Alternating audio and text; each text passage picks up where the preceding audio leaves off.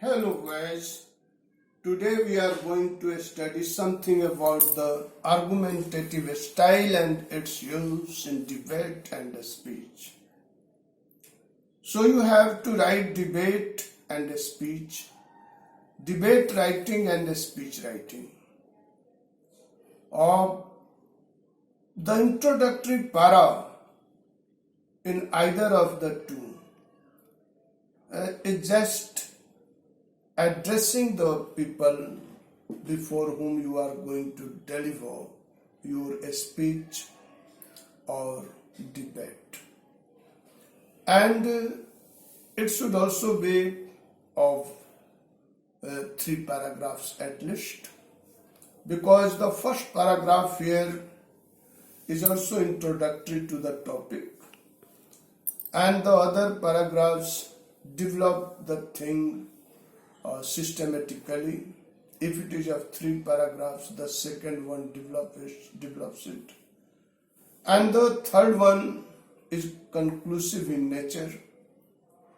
So this is how you have to attempt the speech and debate. And the idea, the style that is the dominant style in both of them is the argumentative style. A little bit of, with a little admixture of expository style, means explaining things, giving arguments and explaining things. However, still there is a difference between both the things. Debate is another thing, a speech is a separate thing.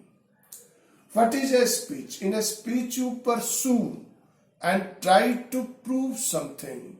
You see on both sides of the things. You discuss both sides of the things. And finally, you want to motivate people to take a resolution for something about which you are convinced that the thing is true. In the debate, you actually show your argumentative power. It has your argumentative force, and either you choose the side or you are given the side, and you don't discuss it from both sides. You don't show the things from your opposite side unless you have a strong arguments to break those ideas, to defeat those ideas with your reason, with your arguments. So it is one-sided. Debate is one-sided. When you are speaking for, you are finding out all the points, all the things that you can put in the support of the thing. And if you are against the motion, you are finding all either important or unimportant things which in any way can be treated as opposing the motion. Alright? So in a speech and in debate, you use the argumentative style in both. Expository style is also used in both, but dominant style for both is argumentative. In spite of that, argumentative is more dominant in debate. More dominant in debate with a little bit of expository. And in a speech, it also tends to take something from narrative side, because it helps you to count certain things, to mention certain things, to go back in memory or in history in order to support your things, to quote certain things. These things can be done in debate also, but they have more scope in a speech. It is very good to read certain speeches which are famous speeches in order to understand how the style of oratory is developed.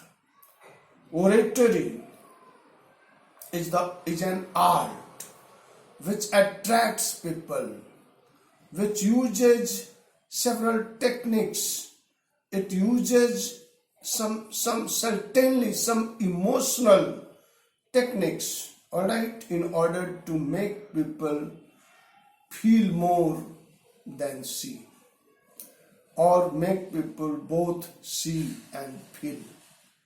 Debate is not so much emotional in nature. It is mostly based on regions, and it makes people see through region. You might have seen that in matriculation, some of you might have read Julius Caesar, which is now not in the syllabus of CBSE, but it was some 2 years ago. So there are two speeches. Brutus delivers his brief speech, and Antony delivers his speech, and using the technique of catching emotion, Antony finally makes public go on his side. He was not making any debate. He was not doing any debate. He was not directly opposing what Brutus had said, and still, by his art of speech, by his oratory, he made people believe in what he wanted them to believe in, even though he knew that what he wanted them to believe in was not totally true. Well, boys, now this being a long composition, again, it has a word limit of 150 to 200 words, and the format is simply addressing properly. That's all. Thank you.